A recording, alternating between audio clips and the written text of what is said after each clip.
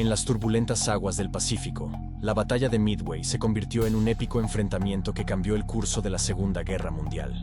En junio de 1942, las fuerzas estadounidenses y japonesas se enfrentaron en una lucha desesperada por el control estratégico del océano. Desde el cielo hasta las profundidades del mar, valientes pilotos se lanzaron al combate, enfrentándose a un enemigo formidable y demostrando un coraje inquebrantable. Con estrategia y sacrificio, los hombres del Escuadrón de Torpedos 8 del USS Hornet escribieron un capítulo inolvidable en la historia de la guerra, marcando el comienzo de un giro decisivo en el conflicto. Suscríbete al canal y acompáñanos a repasar esta historia.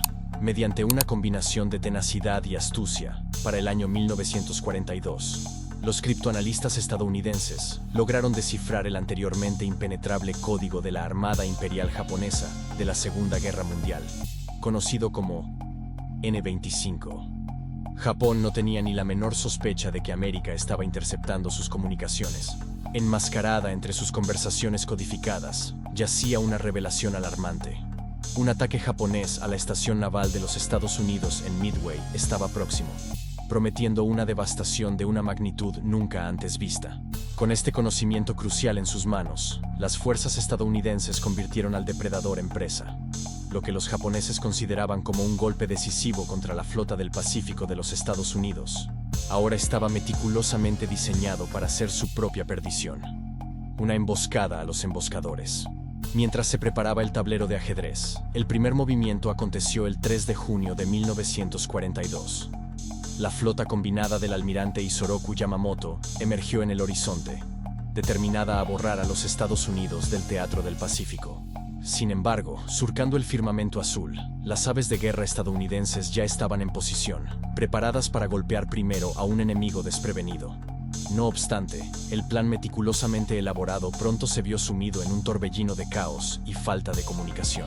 El éxito del esquema dependía de cazas, bombarderos en picado y bombarderos torpederos, cada uno desempeñando su papel con el objetivo de converger en un ataque coordinado contra los barcos japoneses.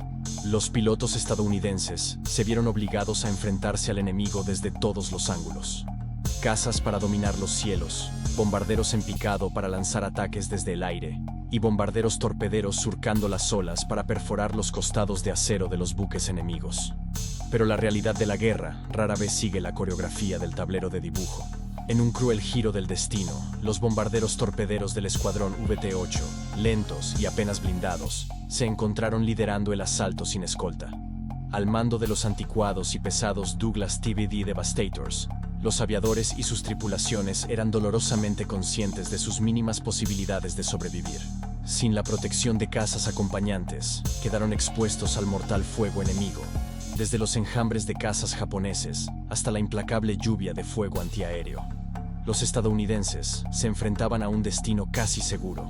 Mientras la batalla de Midway se desplegaba, los hombres del VT-8 se prepararon para enfrentar lo inevitable. El objetivo inicial de Japón era tan directo como letal: completar la tarea iniciada en Pearl Harbor y aniquilar el resto de la flota del Pacífico de los Estados Unidos. Aunque Japón estuvo cerca de lograrlo durante el ataque a Pearl Harbor, la fortuna favoreció a los estadounidenses. Sus portaaviones estaban ausentes en ejercicios de entrenamiento y se libraron de la destrucción. Esta coincidencia fortuita brindó a Estados Unidos una estrecha pero crucial ventana de oportunidad. El almirante Isoroku Yamamoto, hábil y estratégico comandante de la flota combinada japonesa, comprendía que se requería otra batalla naval decisiva para eliminar los portaaviones estadounidenses restantes. Su estrategia implicaba un enfoque multifacético, utilizando Midway como señuelo. La captura de Midway ampliaría el perímetro defensivo japonés y obstaculizaría significativamente las futuras operaciones estadounidenses en el Pacífico. Además, proporcionaría a Japón una base para posibles ofensivas contra Hawái y el continente de Estados Unidos. El alto mando japonés operaba bajo la premisa de que si podían infligir otro golpe devastador a las fuerzas navales estadounidenses restantes, los estadounidenses serían más propensos a buscar un acuerdo de paz negociado. Tal acuerdo permitiría a Japón consolidar sus ganancias y continuar su expansión militar por el Pacífico sin oposición, cumpliendo así su visión de una esfera de coprosperidad en Asia Oriental. Los japoneses se pensaban seguros al comunicarse en un código, según ellos, indescifrable. El código japonés JN-25 era un sistema de cifrado utilizado por la Armada Imperial Japonesa durante la Segunda Guerra Mundial para comunicaciones estratégicas y tácticas. Consistía en una serie de claves y procedimientos para codificar y decodificar mensajes, lo que permitía a los japoneses mantener la seguridad de sus comunicaciones. Sin embargo, a través de un trabajo meticuloso y la determinación del equipo de criptoanalistas liderado por el teniente comandante Joseph Rochefort en la estación Haipo en Hawái, los estadounidenses lograron descifrar este código crucial. En la estación Haipo en Hawái, un equipo de criptoanalistas liderado por el teniente comandante Joseph Rochefort descifró el código japonés JN-25, descubriendo una operación inminente contra un objetivo designado como AF. Para confirmar que AF era Midway, las fuerzas estadounidenses enviaron un mensaje falso sobre un problema de suministro de agua en la isla. Cuando las fuerzas japonesas transmitieron un mensaje sobre AF enfrentando una escasez de agua, los estadounidenses tuvieron la confirmación que necesitaban. Armado con esta invaluable inteligencia, el almirante Chester Nimitz, comandante en jefe de la Flota del Pacífico de los Estados Unidos, tomó una decisión audaz. A pesar de los riesgos involucrados en enfrentarse a un enemigo con números y poder de fuego superiores, Nimitz optó por defender Midway. Reunió a sus portaaviones disponibles, USS Enterprise, USS Hornet y el recientemente reparado USS Yorktown, para tender una trampa a los japoneses. El plan estadounidense requería una coordinación perfecta entre aeronaves con diferentes capacidades y roles: bombarderos, cazas y aviones torpederos. Su misión era enfrentar y dejar inutilizables a los portaaviones japoneses, evitando grandes pérdidas. Los Estados Unidos también fortificaron las defensas de Midway, anticipando posibles intentos japoneses de invadir la isla. América tomó la iniciativa y lo hizo con contundencia, sorprendiendo a los japoneses y buscando alterar el curso de los acontecimientos. En lugar de permitir que la flota del Pacífico de los Estados Unidos fuera aniquilada, se esperaba infligir un golpe devastador a la Armada Imperial japonesa. El escenario estaba preparado para un enfrentamiento épico, que demandaría nervios de acero, un timing preciso y una buena dosis de suerte. Los estrategas estadounidenses habían trazado meticulosamente cada movimiento, aprovechando cada ventaja posible para cambiar el curso de la guerra en el Pacífico. Para los valerosos hombres del escuadrón de torpedos VT-8 y otras unidades estadounidenses, la batalla representaría un desafío supremo, poniendo a prueba sus habilidades y valor contra un enemigo formidable. Especialmente cuando el plan estaba a punto de desmoronarse de forma catastrófica. El Torpedo 8, establecido en 1941, estaba destinado a formar parte del grupo aéreo del flamante portaaviones, el USS Hornet. Al mando se encontraba el teniente comandante John C. Waldron, un hábil aviador naval encargado de liderar este emergente escuadrón. A su lado estaba el teniente Harold Larsen, el oficial ejecutivo del escuadrón, otro veterano en el aire. Mientras Waldron informaba a Larsen sobre el desafiante desafío que les esperaba, expresó sombríamente: «Estamos recibiendo a jóvenes novatos. Debemos convertirlos en hombres de combate, y es posible que no tengamos mucho tiempo». Su misión era transformar a estos jóvenes reclutas en pilotos listos para la batalla, y el tiempo era esencial. Entre la cohorte de jóvenes aviadores se encontraba el alférez George Gay, un tejano recién graduado de la escuela de vuelo. Se sumergió en un intenso programa de entrenamiento junto con el resto del escuadrón, alternando entre prácticas de vuelo y clases teóricas en el aula.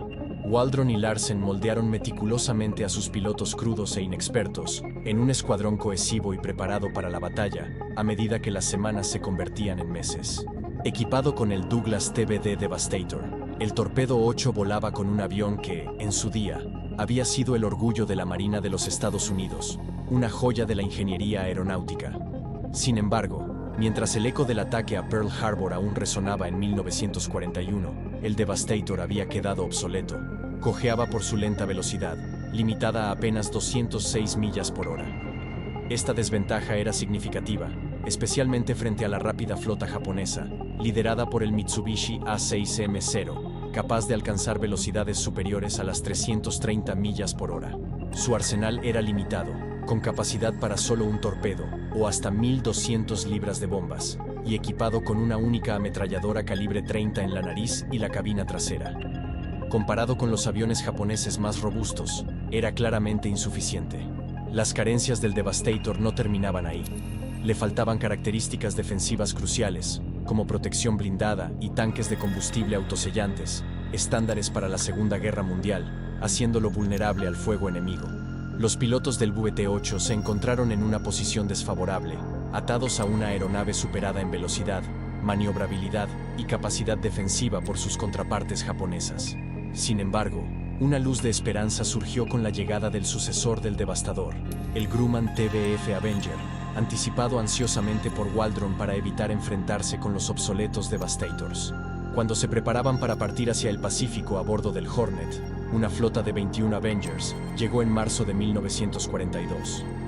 Larsen recibió la orden de quedarse en Norfolk, con un destacamento para comenzar el entrenamiento en estos aviones de última generación, mientras que Waldron, con sus mejores pilotos, partió hacia el oeste con los Devastators envejecidos.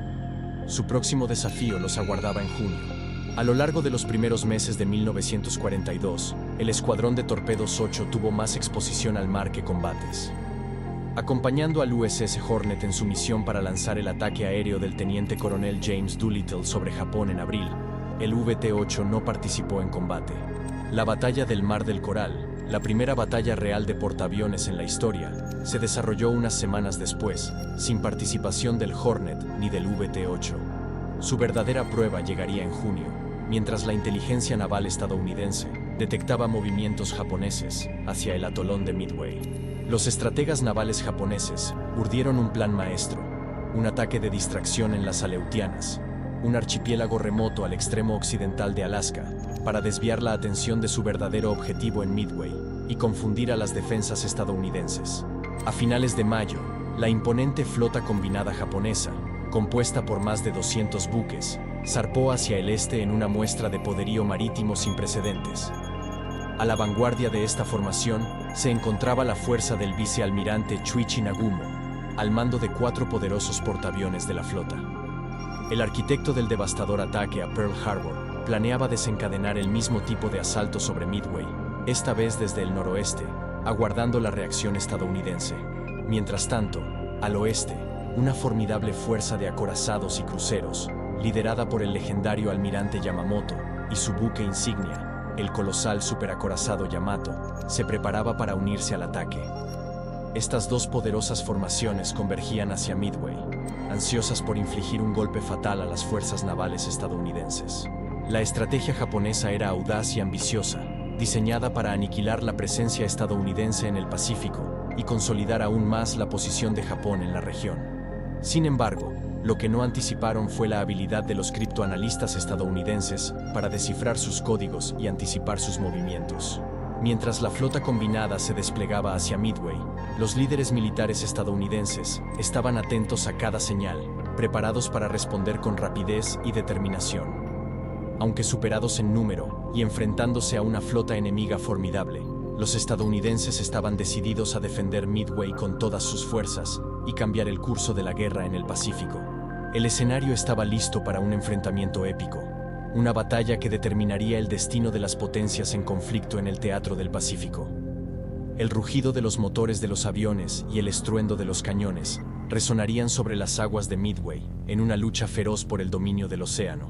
Mientras tanto, la verdadera fuerza de invasión bajo el mando del almirante Nobutake Kondo trazó su aproximación desde el suroeste.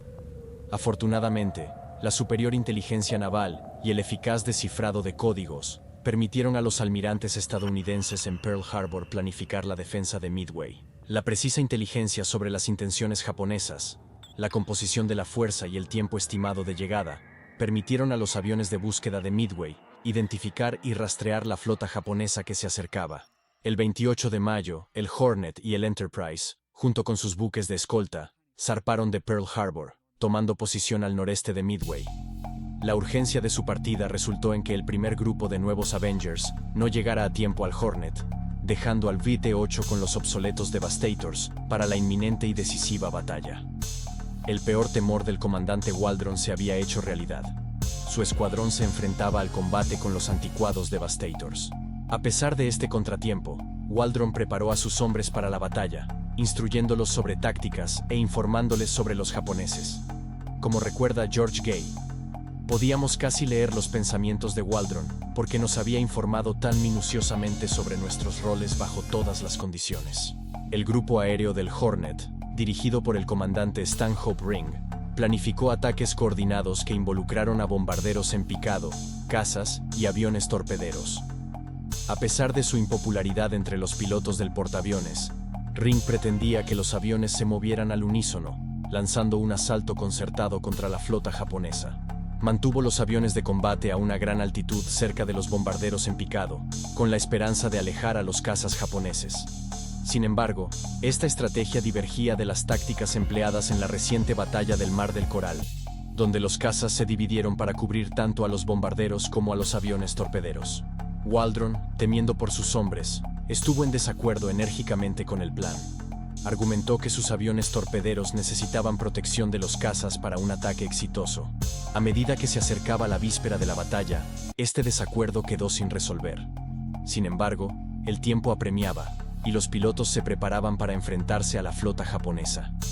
Una inquietante aprensión de entrar en batalla sin cobertura de cazas persistía mientras se preparaban para el combate.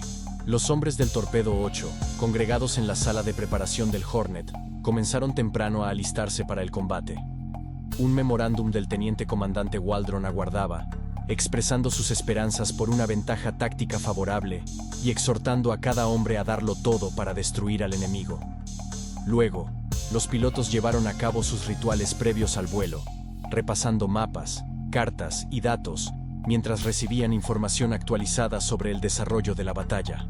Se les informó que la flota japonesa había sido avistada a 180 millas al noroeste de Midway, permitiéndoles establecer una futura posición estimada para los portaaviones enemigos y planificar su ruta de ataque en consecuencia. Una convocatoria por altavoz instó a los pilotos a ocupar sus aviones. Waldron declaró que atacarían sin importar las consecuencias. Poco después, bajo la supervisión del almirante Mark Meacher, el oficial al mando del Hornet, se llevó a cabo una reunión apresurada. Waldron abogó por la protección de cazas para su escuadrón, pero fue anulado. Luego, debatió acaloradamente con el comandante Stanhope Ring sobre la mejor ruta para interceptar la flota japonesa. A pesar de la insistencia de Waldron de que el enemigo había girado hacia el norte, Ring se negó a alterar el plan original. El grupo de ataque, conformado por 35 bombarderos en picado, 15 aviones torpederos y 10 cazas, despegaron para localizar los portaaviones japoneses, junto con grupos similares lanzados desde los portaaviones cercanos Enterprise y Yorktown. Durante el vuelo, Waldron interrumpió el silencio de radio para seguir discutiendo con Ring sobre la ruta hacia los portaaviones japoneses. Finalmente, desvió sus aviones torpederos del resto del grupo aéreo, separando su escuadrón de los demás. Una hora después, un avión apareció detrás del escuadrón. Waldron advirtió a sus pilotos: «Hay un caza en tu cola». Sin embargo, el avión de búsqueda japonés del crucero Tone no se involucró, sino que transmitió de regreso a la fuerza de portaaviones: «15 aviones enemigos se dirigen hacia ustedes». Mientras los aviones estadounidenses se dirigían hacia la ubicación estimada de los portaaviones enemigos, un avión de búsqueda japonés ubicó en Yorktown. Este avistamiento llevó a la fuerza de portaaviones de Nagumo a ajustar su curso al noreste, mientras que el almirante japonés preparaba sus fuerzas para atacar al Yorktown. En consecuencia, los buques japoneses no estarían donde los aviadores estadounidenses los esperaban. Waldron, que había anticipado el cambio de curso del enemigo, tenía razón. Alrededor de las 9:25 am, una hora después, los pilotos avistaron humo en el horizonte. Con una vista clara, pudieron distinguir 3 portaaviones enemigos, protegidos por un poderoso escolta de cruceros y destructores. Waldron había llevado con éxito a su escuadrón directamente a los portaaviones japoneses. Al identificar los portaaviones, Waldron transmitió inmediatamente la posición del enemigo y solicitó desesperadamente coordinación con los otros escuadrones del Hornet. A pesar de sus súplicas urgentes, los otros escuadrones no estaban al alcance, ya que ya habían redirigido su curso hacia el sur. La situación se volvió cada vez más tensa cuando los pilotos estadounidenses se dieron cuenta de que estaban solos frente a la formidable flota japonesa. Con valentía y determinación, se prepararon para el ataque, conscientes de que estaban enfrentando una tarea casi imposible. Waldron, liderando con firmeza a su escuadrón, formuló un plan audaz para atacar a los portaaviones enemigos, a pesar de la falta de apoyo y coordinación. Mientras tanto, en el puente de mando del Yorktown, el almirante Fletcher y su personal observaban con ansiedad la situación que se desarrollaba. Con la flota enemiga acercándose, se enfrentaban a decisiones críticas sobre cómo responder al inminente ataque japonés. La tensión en el aire era palpable mientras esperaban la reacción de los pilotos estadounidenses y preparaban estrategias para proteger al Yorktown y su grupo de ataque. La incertidumbre reinaba en ambos lados mientras las fuerzas estadounidenses y japonesas se preparaban para el choque. Los momentos previos al combate estaban llenos de anticipación y tensión, con cada bando buscando obtener una ventaja sobre el otro. En medio de esta atmósfera cargada, la batalla de Midway estaba a punto de alcanzar su clímax, y el destino de la guerra en el Pacífico pendía de un hilo. Torpedo 8 sería el único escuadrón del Hornet en localizar las fuerzas japonesas esa mañana. Aunque es posible que un bombardero de patrulla PBI Catalina haya interceptado el mensaje de Waldron, no hay registro de respuesta ni evidencia de que haya sido recibido por algún otro escuadrón de ataque. Pronto, los aviones torpederos atraerían la atención de los cazas japoneses. Ante una decisión crítica, si atacar de inmediato sin escolta o esperar a que otros escuadrones realizaran un ataque coordinado, Waldron decidió atacar. Transmitió su decisión a su unidad agitando sus alas, lo que llevó al escuadrón a adoptar una formación de ataque y descender a 60 pies sobre las olas del Océano Pacífico. A medida que el escuadrón se acercaba para concentrar el fuego de sus armas traseras, Waldron apuntó inicialmente al portaaviones más al sur, pero cambió su enfoque al portaaviones central cuando notó una andanada de fuego antiaéreo a lo lejos. Cuando estaban a unos 16.000 metros del objetivo, el escuadrón fue atacado por aproximadamente 30 Zeros, cazas japoneses que atacaron desde arriba y por detrás. Uno de los Devastators en el lado izquierdo de la formación fue inmediatamente envuelto en llamas. Poco después, el avión de Waldron fue alcanzado.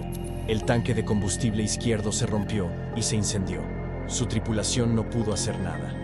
Waldron fue visto por última vez intentando salir de la cabina antes de que su avión descendiera, se estrellara en el agua, ardiera brevemente y luego se hundiera bajo las olas. Mientras tanto, los artilleros antiaéreos japoneses también estaban apuntando a los aviones torpederos. Los cruceros Chikuma y Tone, entre los buques de pantalla, abrieron fuego en un intento de golpear directamente a los aviones que volaban bajo o crear salpicaduras de agua para interrumpir su avance. A pesar de estos esfuerzos, 6 aviones torpederos lograron evadir a los cruceros. 5 de los 6 aviones restantes fueron derribados en cuestión de minutos, dejando solo a George Gay para continuar el ataque. Su artillero trasero, Bob Huntington, se perdió en acción. A pesar de creer inicialmente que su objetivo era el portaaviones Kaga, los historiadores determinaron más tarde que Enola Gay estaba atacando en realidad al Soryu. Mientras el avión de Enola Gay enfrentaba un intenso fuego antiaéreo y los cazas enemigos que se acercaban, el portaaviones ejecutaba maniobras evasivas bruscas. Sin embargo, el avión Enola Gay soltó su torpedo a una distancia de aproximadamente 800 metros. Más tarde, Gay recordaría los momentos angustiosos. Solté el torpedo y tuve la suerte de escapar del fuego antiaéreo, aunque todo me estaba disparando. Mientras volaba directamente sobre el portaaviones, alcanzó a ver los aviones en cubierta y a los artilleros antiaéreos que se apresuraban a apuntar su avión. Pensó que escuchó la explosión de su torpedo alcanzando el objetivo.